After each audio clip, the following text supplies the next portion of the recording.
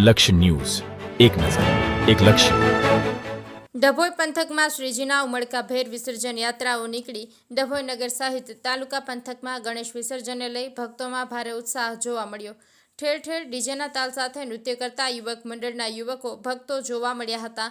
ડભોઈ ટાવરથી હીરા ભાગોળ બહાર નગરપાલિકા દ્વારા તૈયાર કરેલા કૃત્રિમ તળાવ ખાતે ડભોઈ નગરમાં સ્થાપના કરવામાં આવેલા 200 ઉપરાંત નાના મોટા શ્રી ગણેશજીની પ્રતિમાઓનું ભક્તિભાવપૂર્વક વિસર્જન કરવામાં આવ્યું હતું. આ પ્રસંગે કોઈ અનિચ્છનીય બનાવ ન બને તે માટે પોલીસ દ્વારા ચાંપતો બંદોબસ્ત ગોઠવવામાં આવ્યો હતો.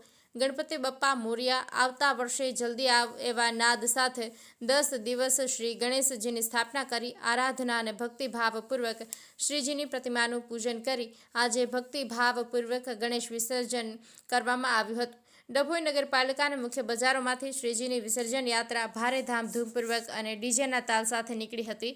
ડભોઈ નગર અને તાલુકામાં આશરે 200 ઉપરાંત નાના મોટા શ્રી ગણેશજીની પ્રતિમાઓનું વિસર્જન કરવામાં આવ્યું હતું. ડભોઈ નગરપાલિકા દ્વારા હીરા ભાગોળ બહાર તૈયાર કરવામાં આવેલું કૃત્રિમ તળાવ ખાતે મોડી રાત સુધી વિસર્જન થયું હતું, જેમાં ડભોઈ ડીવાયએસપી આકાશ પટેલ સહિત પીઆઈ, પીએસઆઈ સહિતનું પોલીસ સ્ટાફ પણ તૈનાત કરાયો હતો. ડભોઈ નગરની શાંતિ અને સલામતીના ભાગરૂપે પોલીસ દ્વારા ચાંપતો બંદોબસ્ત રાખવામાં આવ્યો હતો. મોટી સંખ્યામાં વિવિધ રાજકારણી આગેવાનો દ્વારા ટાવર ખાતે શ્રીજીને પ્રતિમાનું ફૂલહાર કરી આશીર્વાદ લીધા હતા. આ પ્રસંગે એસપી સુશીલ શર્મા પણ ખાસ ઉપસ્થિત રહ્યા. નગરની શાંતિ ડહોળાય નહીં તેનું નિરીક્ષણ કર્યું હતું.